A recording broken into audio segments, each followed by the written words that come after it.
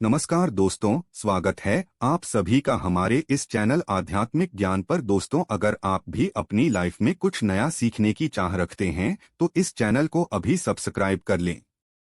दोस्तों, काफी वर्षों पश्चात बन रहा है महासंयोग 18 सितंबर हरतालिका तीज के दिन, यानी हरतालिका तीज के दिन दोस्तों चुपचाप गाय माता को खिला देना। यह एक छोटी सी चीज इस दिन रोड़पति भी होंगे, करोड़पति अवश्य ही मिलेगी। सभी संकटों और कष्टों से मुक्ति, इसी के साथ मृत्युदंड, पितृदोष, कान सर्प दोष शीघ्र होगा खत्म और पूरे साल आपके घर में भरे रहेंगे अन्न धन के भंडार। यूं कहें कि आपकी 7 पुश्तें करेंगी पैसों पर राज। दोस्तों, 7 पीढ़ियों तक बैंक बैलेंस बढ़ता चला जाएगा, सभी दुख दूर हो जाएंगे और सुख आपके पास जाएंगे। सुख आपके कदम चूमेगी के साथ ही साथ भगवान शिव माता पार्वती की सदैव आपके ऊपर कृपा बरसेगी। भगवान भोलेनाथ बहुत प्रसन्न हो जाएंगे यदि आप यह एक छोटी सी चीज चुपचाप गाय को खिला देते हैं। हरतालिका तीज यानी कि 18 सितंबर को तो यकीन मानिए दोस्तों, गरीबी आपके जीवन से समाप्त हो जाएगी। जो भी जीवन के दुख दर्द संकट कष्ट है उन सभी से आपको छुटकारा मिल जाएगा। ऐसा दुर्लभ संयोग है इस बार हरतालिका तीज के दिन, जो कि काफी वर्षों के पश्चात बन रहा है, जिसमें कि आपको 33 कोटि देवी देवताओं को धारण करने वाली माता की तो कृपा प्राप्त होगी, गौ माता का आशीर्वाद तो आपको प्राप्त होगा। साथ ही साथ हरतालिका तीज भगवान भोलेनाथ, मां पार्वती, भगवान गणेश जी को समर्पित है। इनका भी आपके ऊपर आशीर्वाद बना रहेगा। सभी मनोकामनाएं आपकी हाथों हाथ पूर्ण हो जाएंगी। आप धन से मालामाल हो जाओगे। जीवन के सभी दुख दर्द संकट कष्ट दूर हो जाएंगे।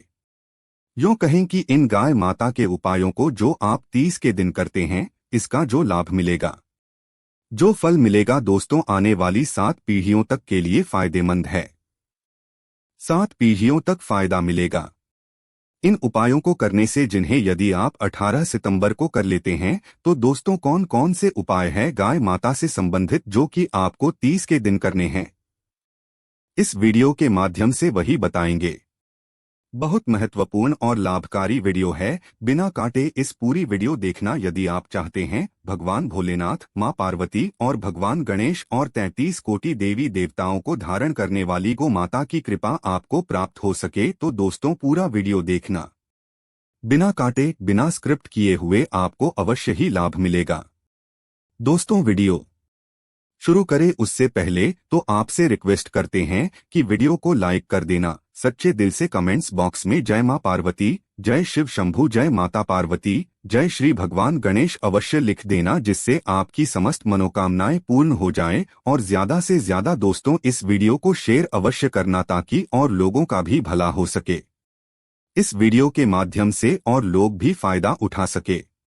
सबसे पहले तो आपको बता दें कि भाद्रपद मास की शुक्ल पक्ष की तृतीया तिथि को हरतालिका तीज का व्रत रखा जाता है। आपको बता दें कि इस बार जो है बहुत ही दुर्लभ संयोग में है। इस दिन महिलाएं भगवान शिव मां पार्वती की पूजा करती है। वे शुक्र सुखी वैवाहिक जीवन और संतान की प्राप्ति के लिए प्रार्थना करती है। हरतालिका तीज मुख्य रूप से राजस्थान, मध्य प्रदेश, उत्तर प्रदेश, बिहार और झारखंड में मनाई जाती है। हरतालिका तीज को सबसे माना गया है हरतालिका तीज। इससे पहले हरियाली तीज और कजरी तीज मनाई जाती। आपको बता दें हरतालिका तीज व्रत के पुण्य प्रभाव से अखंड सौभाग्य की प्राप्ति की मांग यथा है। इस दिन सुहागिनें महिलाएं निर्जला और निहार व्रत रखकर पति की लंबी आयु के लिए व्रत रखती हैं और कहते हैं कि इस दिन व्रत को रखने से कुंवारी कन्या को भी मनचाहा वर मिल जाता है। आपको बता दें हरतालिका तीज के दिन भगवान श्री गणेश भगवान और माता पार्वती की पूजा की जाती है, जहां दोस्तों भगवान गणेश जी को तिलक करके दूर्वा अर्पित करें। भगवान शिव को फूल, बेलपत्र, शमी पत्र अर्पित करें और माता पार्वती को श्रृंगार का सामान अर्पित करें। तीनों देवी देवताओं को वस्त्र अर्पित करने के पश्चात हरतालिका व्रत जो है, इसके बीच की यह व्रत कथा आपको पढ़नी चाहिए और सुने। इसके पश्चात भगवान गणेश जी की आरती करें और भगवान शिव माता पार्वती की आरती करने के पश्चात उन्हें भोग लगाएं और यथाशक्ति सामर्थ्य के अनुसार प्रसाद वितरण करें। आपकी मनोकामना हो जाएगी। और दोस्तों, साथ के साथ इस दिन यानी हरतालिका तीज के दिन जो यदि संभव हो सके तो अन्न, धन, वस्त्र कुछ ना कुछ दान अवश्य करें। इतनी सुंदर असमर्थ के अनुसार ऐसा करने से भगवान शिव, माता पार्वती प्रसन्न होते हैं और भगवान गणेश जी प्रसन्न होकर समस्त मनोकामना हो जाती है और व्यक्ति के जीवन में कभी भी किसी प्रकार का कोई दर्द, संकट, कष्ट नहीं रहती। तो कुछ ना कुछ दान अवश्य करें, कुछ भी बने आपसे। और दोस्तों, अब बात करें कि गाय माता से संबंधित कौन कौन से उपाय आपको इस दिन यानी हरतालिका तीज के दिन अवश्य करनी चाहिए, जिससे भगवान गणेश, मां पार्वती और भगवान शिव की कृपा प्राप्त हो, वो माता की कृपा सदैव बनी रही। तो दोस्तों को ध्यान से सुन। दोस्तों, सनातन परंपरा में गाय माता, गंगा और गायत्री का बहुत ज्यादा धार्मिक महत्व है। मान्यता है कि वो माता के शरीर पर 30 कोटि देवी देवताओं का वास होता है। गौमाता की सेवाएं पूजा करने वाले जातक पर इन सभी देवी देवताओं की कृपा बरसती है। गौसेवा से न सिर्फ इस जन्म के बल्कि पूर्व जन्म के भी दोस्त दूर हो जाते हैं।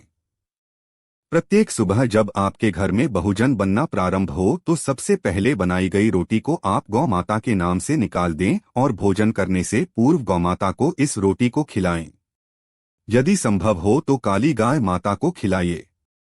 यदि काली गाय माता ना मिले तो सफेद गाय माता को भी आप ला सकते हैं। प्रत्येक पूजा और वह यात्रा आपके लिए अवश्य सफल होगी और वह काम जिसके लिए आप निकले हैं वे अवश्य ही वो होगा। यात्रा पर जाते समय बाईं ओर गाय माता की आवाज आना और रात्रि में गाय माता की हुंकार करना भी शुरू होता है। दोस्तों के साथ ही साथ गाय माता के साथ आप भूलकर भी ये काम ना करें, अन्यथा मिलता है घोर नरक और जीवन भर की परेशानियां। जब दोस्तों गाय माता को रास्ते पशु बनाए जाने और इन्हें मौलिक अधिकार दिए जाने की बात हो रही है तो सवाल उठता है कि गाय माता जब भारतीय संस्कृति का एक हिस्सा है तब भी गाय के साथ लोग खराब व्यवहार कैसे कर लेते हैं। गाय माता दर दर भटकती रहती है। भरपेट इन्हें चारा तक लोग नहीं देते। गाय माता जब तक दूध देती रहती है तो उनकी सेवा होती है और जैसे ही दूध देना बंद कर देती है तो लोग इन्हें उनकी किस्मत पर छोड़ देते हैं, सड़कों पर और गलियों में भटकने के लिए। ऐसे में गोवंशीय जीवों को कोई डंडे से मारता है तो कोई उन पर पानी डाल देता है। कभी वाहनों से इन हिट होकर लग जाती है तो बीमार होकर बेचारी एक गाय माता दम तोड़ देती है। ऐसे में जरूरत है इन बातों को जानने की कि गाय माता को लेकर शास्त्रों में क्या कहा गया है। गाय माता के साथ आपको कैसा व्यवहार करना चाहिए। या दोस्तों, गाय माता को कभी भी मारना पीटना नहीं चाहिए। शास्त्रों में गाय माता को माता का दर्जा दिया गया है। गाय माता को मारने पीटने वाला माता को मारने पीटने वाले के समान आपका भागी माना जाता है।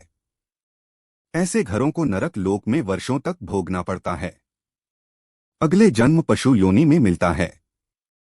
कथा है कि गौतम मुनि ने गलती से गाय माता को डंडा मार दिया था, जिससे गाय माता की मृत्यु हो गई थी और इस पाप से मुक्ति के लिए इन्हें वर्षों तक तपस्या करनी पड़ी। भगवान श्री कृष्ण जी ने भी स्वरूप में आए वृतासुर का वध कर दिया था, जिससे मुक्ति के लिए श्री कृष्ण को संपूर्ण तीर्थों को एक कुंड में बुलाना पड़ा और इस कुंड में स्नान से वह पाप मुक्त हो गई थी। या दोस्त, उषा के साथ जो पानी पी रही गाय माता को भगाते हैं वे घोर पापी के भागी बनकर नर्क भोगते हैं। ऐसा पुराण में बताया गया है। जबकि दो लोग गाय माता के लिए प्याऊ और चारा बनवाते हैं, वह मां भाग्यवान होते हैं। ऐसे लोग घोर पाप से मुक्त होकर स्वर्ग आ जाते हैं और बड़े ही धनवान कुल में जन्म लेकर सुख भोगते हैं। और साथ ही साथ आराम कर रही गाय माता को कष्ट देकर कभी भी उठाना नहीं चाहिए। कहते हैं कि जिस स्थान पर गाय माता वे है वहां से नकारात्मक ऊर्जा समाप्त हो जाती है। गाय माता के बैठने की जगह हो। जो लोग नियमित साफ रखते हैं वे पूर्व जन्म में किए गए जाने अनजाने में बापू से मुक्ति हो जाते हैं और गोलोक में स्थान पाते हैं। गाय माता को डंडा मारकर उठाना, पानी डालकर उठाने से मनुष्य पाप का भागी बनता है और अगले जन्म में उसे दर दर भटकना पड़ता है। और साथ ही साथ शास्त्रों में बताया गया है कि गाय माता का दूध उसके बछड़े के लिए होता है। गाय माता के बछड़े से बचा हुआ दूध ही मनुष्य को लेना चाहिए, किंतु कुछ लोग एक बार गाय माता को दो लेने के पश्चात फिर से बछड़े के लिए बचा हुआ दूध भी दूध लेते हैं। ऐसा करना घोर पाप कहा जाता है। ऐसे दूध को वो आने वाला और ग्रहण करने वाला दोनों ही पाप की भागी बन जाते हैं।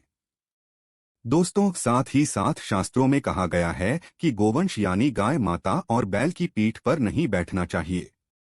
इनके पीठ पर बैठने से महापाप लगता है। ऐसे लोगों को की यातना भुगतनी पड़ती है।